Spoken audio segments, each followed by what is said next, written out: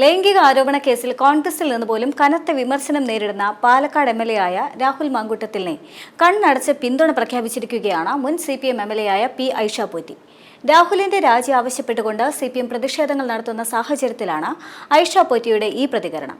രാഹുലിനെതിരായ പരാതികളുടെ ആധികാരികത കൂടി പരിശോധിക്കപ്പെടണമെന്ന് ഐഷ പോറ്റി പറഞ്ഞു. രാഹുലിനെതിരെ പാർട്ടി നടപടി അന്വേഷണത്തിന് ശേഷം വേണമായിരുന്നു എന്നും അവർ പറയുന്നുണ്ട്.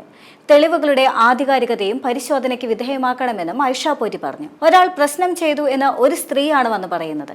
അങ്ങനെയൊക്കെ പറയുമ്പോൾ വെറുതെ പറയുകയല്ലാതെ ഒന്ന് എഴുതി കൊടുക്കണം. വാർത്തയൊക്കെ വന്ന് പ്രശ്നമായപ്പോൾ പാർട്ടി അവരെ സസ്പെൻഡ് ചെയ്യുന്നതൊക്കെ കണ്ടിരുന്നു. ഏത് പാർട്ടിയിൽപ്പെട്ടവരായാലും മനുഷ്യരെ പറ്റി ആയാലും പറയുന്നതിന്റെ ഉള്ളടക്കം സത്യമാണോ എന്ന് നോക്കുന്നത് നല്ലതാണെന്ന് തോന്നുന്നുവെന്നും ഐഷ പോറ്റി വ്യക്തമാക്കിയിട്ടുണ്ട്. എന്തെങ്കിലും പരാതി ഉണ്ടെങ്കിൽ അപ്പോൾ തന്നെ എഴുതി കൊടുക്കണം. എന്തിനാണ് അടക്കി വെച്ചുകൊണ്ടിരിക്കുന്നത്? പറയാനുള്ളത് അപ്പോൾ പറഞ്ഞുകൂടെ? പരാതികളിൽ ആധികാരികത അനിവാര്യമാണ്. ഇതായിരുന്നു ഐഷ പോറ്റിയുടെ വാക്കുകൾ. ഏത് മനുഷ്യര് തെറ്റ് ചെയ്തിട്ടുണ്ടെങ്കിലും അവർക്കെതിരായിട്ടുള്ള ശരിയായ നടപടി വന്നാലേ ഈ സമൂഹം നന്നാവുകയുള്ളൂ എന്നും ഒരാളോടും വ്യത്യാസം വേണ്ട എന്നും ആര് തെറ്റ് ചെയ്തിട്ടുണ്ടെങ്കിലും കർശനമായിട്ട് പറയണമെന്നും എല്ലാത്തിനും ഒരു അതിർവരമ്പ് വെച്ചാൽ അനാവശ്യമായിട്ടുള്ള ഇത്തരം ചർച്ചകൾ ഒഴിവാക്കാൻ പറ്റുമെന്നും അവർ വ്യക്തമാക്കുന്നുണ്ട്. എന്നാൽ ഇതേ സമയം തന്നെ ഐഷ പോറ്റിയുടെ ഈ പ്രതികരണം CPMനെ വലിയ തോതിൽ പ്രതിരോധത്തിലാക്കാനുള്ള സാധ്യതയുണ്ട്.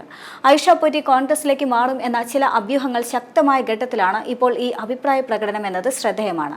തെരഞ്ഞെടുപ്പ് കാലമായതിനാൽ തന്നെ ഐഷ പോറ്റിയുടെ മാറ്റം CPMനെ സാരമായി ബാധിക്കും. ജില്ലാ കമ്മിറ്റിയിൽ നിന്ന് ഒഴിവാക്കിയതോടെ പാർട്ടിയുമായി അകൽച്ചയിലായ കൊട്ടാരക്കരയിലെ മുൻ MLA പി ഐഷ പോറ്റിയും CPMും തമ്മിലുള്ള ബന്ധം വീണ്ടും വഷളാകുന്ന സാഹചര്യമായിരുന്നു മുന്നേ ഉണ്ടായിരുന്നത്. കൊട്ടാരക്കര മണ്ഡലത്തിലെ സ്കൂളിന്റെ ഉദ്ഘാടനത്തിന്റെ ക്രെഡിറ്റ് മന്ത്രി KN ബാലഗോപാൽ ഏറ്റെടുത്തതാണ് ഏറ്റവും പുതിയ പ്രശ്നങ്ങൾക്ക് വഴിവെച്ചിരുന്നത്. ഐഷ പോറ്റി MLA ആയിരിക്കെ സർക്കാരിന്റെ പൊതു ഫണ്ടിൽ നിന്നും അനുവദിച്ച 2 കോടി രൂപ കൊണ്ട് നിർമ്മിച്ച കെട്ടിടത്തിന്റെ ക്രെഡിറ്റാണ് മന്ത്രി KN ബാലഗോപാൽ തട്ടിക്കൊണ്ടുപോയത്. ഉദ്ഘാടനത്തിന് തൊട്ടു തലേന്ന് സ്കൂളിലെത്തിയ അധ്യാപകരെയും കുട്ടികളെയും കണ്ട് മടങ്ങിപ്പോയാണ് ഐഷ പോറ്റി ഇതിനോടുള്ള നീരസം പ്രകടമാക്കിയിരുന്നത്. ഇനിയിപ്പോൾ വരാനിരിക്കുന്ന തദ്ദേശ നിയമസഭാ തെരഞ്ഞെടുപ്പുകൾ അടുത്തിരിക്കുന്ന ഘട്ടത്തിൽ മുൻ MLA ആയ ഐഷ പോറ്റിയുമായി ഉണ്ടായ ഈ തർക്കങ്ങൾ കൊട്ടാരക്കരയിൽ വീണ്ടും മത്സരിക്കാൻ തയ്യാറെടുക്കുന്ന KN ബാലഗോപാലിന്റെ സാധ്യതകളെ സാരമായി ബാധിച്ചേക്കും. CPMുമായി ഇടഞ്ഞു നിൽക്കുന്ന ഐഷ പോറ്റിയെ സ്വന്തം പാളയത്തിലേക്ക് എത്തിക്കാനായി അതേസമയം കോൺഗ്രസും BJPയും ശ്രമം നടത്തുന്നുമുണ്ട്. കോൺഗ്രസ് സംഘടിപ്പിച്ച ഉമ്മൻചാണ്ടി അനുസ്മരണത്തിൽ ഐഷ പോറ്റി പങ്കെടുത്തതും പാർട്ടി വിട്ടു എന്നതിന്റെ സൂചനയായി തന്നെ വ്യാഖ്യാനിക്കപ്പെട്ടിരുന്നു.